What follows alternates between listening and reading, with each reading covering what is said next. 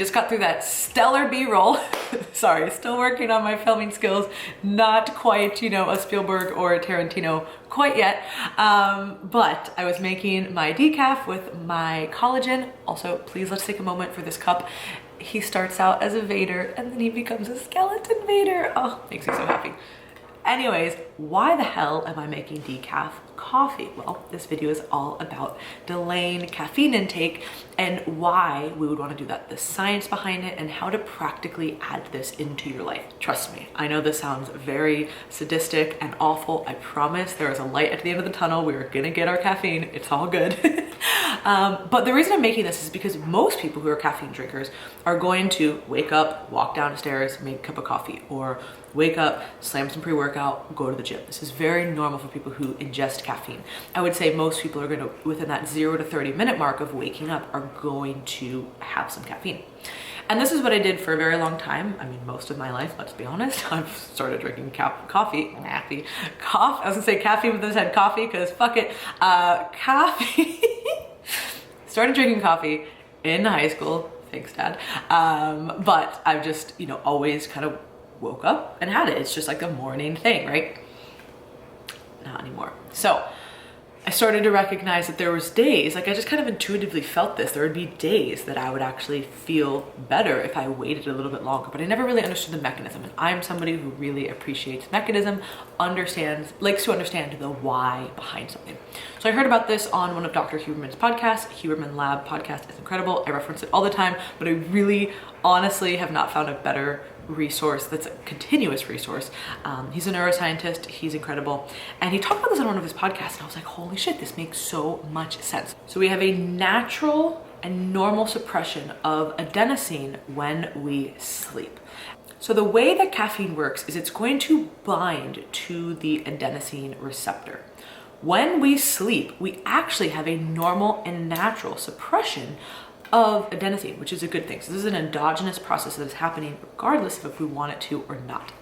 When we ingest caffeine right when we wake up, we are having a cortisol spike, which is released from our adrenals, also a very normal and natural process, but this is now going to compete with the adenosine receptor. When caffeine is binding, when caffeine occupies the adenosine receptor, that normal and natural suppression that we get from sleep is not gonna have the same action. So I like to think about this as like wasting your body's natural adenosine suppression. So it was already gonna be that way, right? You're already gonna be able to have that. So why not take advantage of it by delaying your caffeine intake? Because this does wear off around 90 to 120 minutes after waking. So essentially, if we wait to have our caffeine at that 90 to 120 minutes, we are now going to take advantage of the natural adenosine suppression. And then when we have the caffeine, we're also going to suppress adenosine again, which is going to increase the alertness and wakefulness that we get from stimulants. So we're kind of getting the best of both worlds. And Huberman also talked about how this can actually help potentiate that crash that we're going to get in the afternoon. I think everybody is aware of that. And of course, there's going to be different reasons that you have a crash, right? Maybe you didn't sleep well. Maybe you ate, you know, a different type of diet than you normally don't, you know, et cetera, training, life stressors, whatever it might be. But also this could be one of the reasons that you're experiencing this afternoon crash. So another reason to delay the caffeine intake. So that's some of the science behind it. And once I understood that, I was like, oh my gosh, this makes so much sense. Of course, you know, adenosine receptor, this, that, whatever, you know, we're basically wasting that natural potential that we have. So that's why this is so powerful. The fact that we can harness this if we understand, okay, hey, let's wait instead. And that's why you see me drinking decaf. A lot of what, especially coffee drinkers, right? We're very habitual with, we want that taste in the morning. And maybe I'm just speaking for myself, but I've talked to a lot of coffee drinkers who I think feel the same way. We are so used to that taste.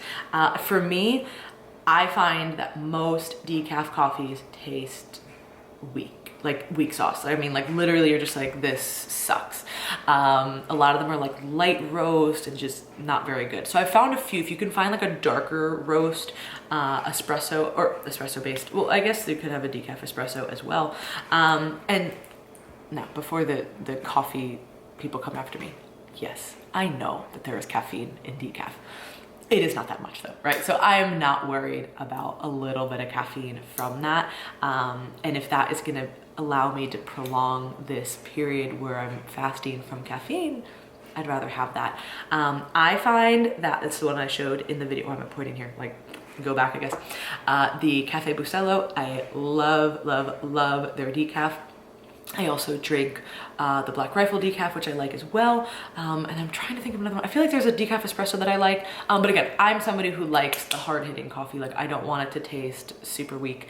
There are a lot of flavored decafs. I personally don't like those, but that's just me. So maybe you would love a flavored decaf light roast. So that's what I do. I wake up, I will have water, of course, and then typically I will have my decaf as well as the collagen. The one from First Form that I use is incredible. It's 15 grams of protein. They have many flavors, but I use the unflavored one because I add it right to the coffee. It blends up, froths super nice, and because again, I enjoy black coffee, it is now not changing the taste. However, I know people who love adding creamer and sweetener to the coffee, and they will add a flavored collagen, and they love it. So totally up to you. They also will use level 1 as well in there. Again, it just depends on how you like to take your coffee. I'm a coffee purist, and I enjoy it mostly black. Occasionally I'll add a little bit of stuff in there, but generally speaking, no. So that is what I'm gonna do for my morning routine. And then again, about 90 minutes to 120 minutes after waking is when I will have my first caffeine bolus. And actually, honestly, like I sometimes wait even longer than that. There's some days where I'm like, nah, I really want some caffeine. Other days, I wait even longer and I feel even better doing that. So the most frequently asked questions that I get in regards to delaying caffeine is, first of all, how the fuck do you do that? Like I immediately need coffee when I wake up. Oh my gosh. Like I said, a lot of it is habitual. So I would say try to get a decaf that you like some of the ones that I mentioned.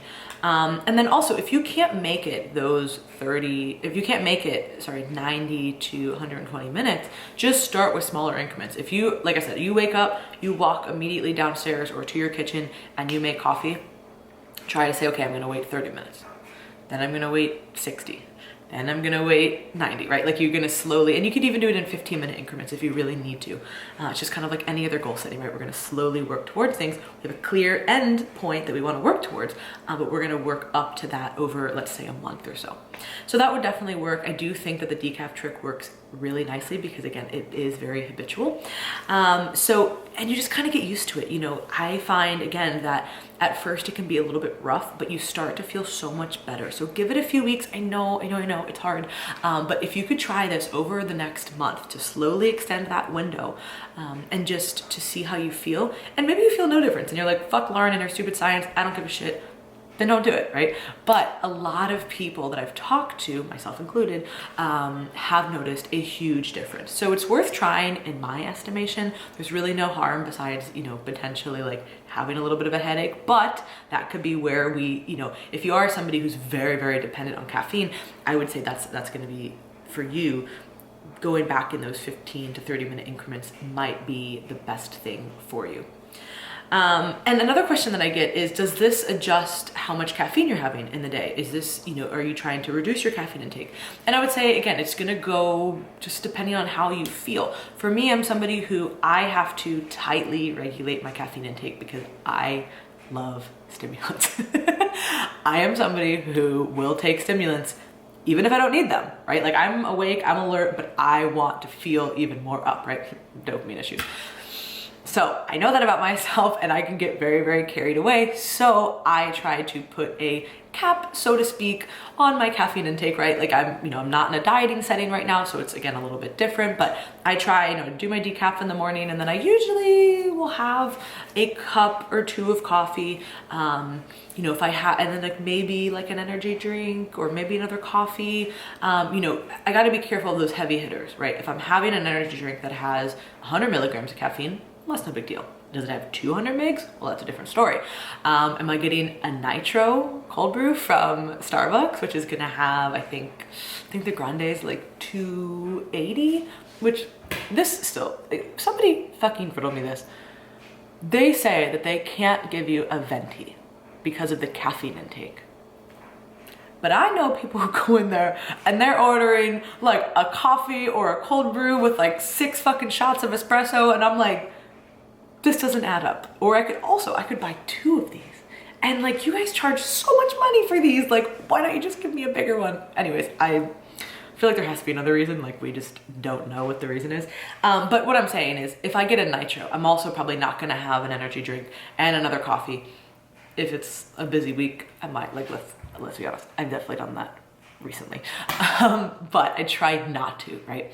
And I try to say, okay, am I sleeping properly? You know, am I eating enough to fuel recovery? Am I timing my caffeine properly? So can this potentially adjust how much caffeine that you're drinking? Yes, but it really depends on where you're at and how you're responding to this. So I would say for me, it didn't really change overall how much I use, but on some days it does. You know, some days I push it back. I might not have my first caffeine serving, you know, for a little while. Maybe much later than those 2 hours, might be 3 or 4 hours. And then I might have a small amount later, but not really. Like, so I have substantially less than if I had started, you know, right away at like 7 a.m. having my coffee. I mean, right now it is 11 and I just had my first cup and I've been up since 7. So yeah, it's 4 hours. I already worked out, did all that. So there are ways, and it becomes just very different how you feel, but there will be a period of adjusting, especially if you are heavily dependent on stimulants. And if that's you, this is your sign that maybe you need to work on that, because as much as I do love caffeine, there are definitely side effects of having too much for too long. And the last main question that I get, and I feel like every question centers around this, is what if I train early? Do I need, like, how can I do this? Is it more beneficial to delay it, or is it better to have it? And I would say this is gonna be very person dependent. And this is where, you know, when we take a real evidence-based approach, we have to look at, okay, we have to look at the evidence, right? Let's look at the science and the literature behind why something would be working, the mechanism, etc. But then we need to apply it to our real life. And if you're somebody who wakes up at, you know, 4 or 5 a.m. and has a, you know, the only time you can work out is super early and you have a really hard workout and you probably need caffeine and everything else is moderated throughout the day, right? You're not blasting caffeine for the rest of the day. That might be totally fine for you, right? Are you taking advantage of this endogenous adenosine suppression? No, but is that going to benefit you more in the long run? Are you gonna have better workouts? Are you gonna be able to pursue your physique and performance goals? Maybe, right? So I'm not gonna say that this is a one-size-fits-all protocol. For me, at this point in my life, the way that I train, I'm able to go in there without caffeine now because, again, I'm at a higher body fat. I eat, you know, a normal amount of food at maintenance. I, you know, try to prioritize sleep, etc. And for me, the way that I'm training right now, it really is kind of in like a maintenance-ish phase. You know, I have a lot of other stuff that I'm putting most of my energy towards. So for me, if I go in there and I kind of have a workout, not a big deal. If I was competing or I had a specific goal, you know, I wanted to do another jiu-jitsu competition and I was really, really pushing my training. Okay, maybe I want some more caffeine there. But also, maybe not, right? If I'm so adapted to this now that I actually might not even need it. So I would say it's up to the individual. You know, if you're deep into a diet right now, it's probably not gonna happen. Probably not gonna be the best time to try this. But I would say that for everybody else, you know, just try it, see how you feel. If you can push the caffeine back, and if you do have to train in the morning and push it back, see how you feel there. Not gonna lie, it's gonna be a little bit rough in the beginning. So kind of like everything that I mentioned here, it's probably gonna take a few weeks to adjust, but just try it out. And then if you totally hate it and it trashes your performance, then that's fine. Like, then you can have it. But maybe on your off days, you can utilize this, right? So that's where I would say use your discretion. And that is really what evidence-based programming is all about. Taking science and the literature and what we know about mechanisms and then applying it in the lens that works for you and the client in a situation that is going to be tailored to your life. So I would never say you can never have this or do this. No. Are there days still that I have caffeine much earlier? Of course. But as a general rule, I think that if you guys try this, you will feel so much better from a you know, cognitive perspective. I think you'll have less afternoon crash in terms of caffeine. I find that some people have better digestion with it. There's just a lot of really interesting benefits. So try it out. Hope these tips help you guys. And any other questions that you have, please leave them below. And I'll talk to you guys soon. it is of you know,